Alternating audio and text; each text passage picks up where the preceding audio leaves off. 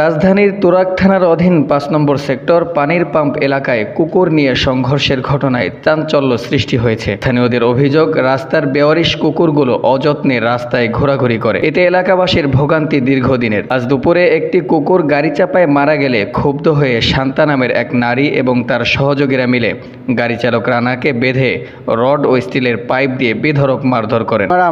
আমি তো এটা আমি নিজে ইচ্ছা করে করি না, আপনি বিচার যা আসবে আমি তাই আমি মাইতা বাইতা নেব। তো আমার কোনো মারধর করেন না, ধাম ধুম করে মনে করেন যে আমার নিয়া এই জায়গার ২-৩ জন আসছিল। রড তো আসছেই, পাইপ স্টিলের এসএস পাইপ রোল দিয়া, তারপর আবার দেখেন আমার মাথা দড়ি দিয়ে বানছি, দেখেন আমার হাত মাত ওনারা আমি অনেক রিকোয়েস্ট করছি, আমার হাত পাও টাও সব কিছু ফাটাইলেছে। স্থানীয়রা সমঝোতা করতে গেলে তাদের সাথেও বাজে আচরণ এবং গায়ে হাত তোলার অভিযোগ পাওয়া গিয়েছে। কারণ আমি কইছি দেখেন ওরে মাইরেন না, আপনারা এখন কেটে রাখছে কে, আপনারা এখন আইছেন এটা বলছে ওই যে বেডি মার তুই বেডি শান্তা। হ্যাঁ আমি ছিলাম আমি ওনাকে মারতে দেখছি। আগে চলে পর উনি যখন আমার বলছে আপা আমারে বাঁচান আপনারা একটু দেখেন। পর আমি বলছি আচ্ছা উনি নামুক, আমি ওনার সাথে কথা বলতেছি। পর উনি নাইমা আইসা আমারে বলছে বেরহন, এখন বেরহন এখান থেকে, এই মুহূর্তে বেরহন, না বের হলে খবর আছে।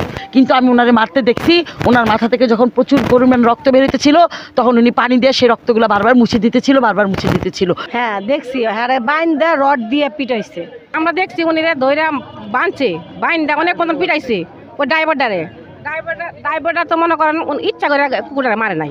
নামাজ পড়তে গিয়ে কুকুরের জন্য যাওয়া যায় না, কামছি দেয় কুকুরে। আর নিয়ে গেটও তুলছিল, গেট ভেঙে যে আমার ডেনা ডুনে ফাড়াই হেলাইছি। হ্যাঁ।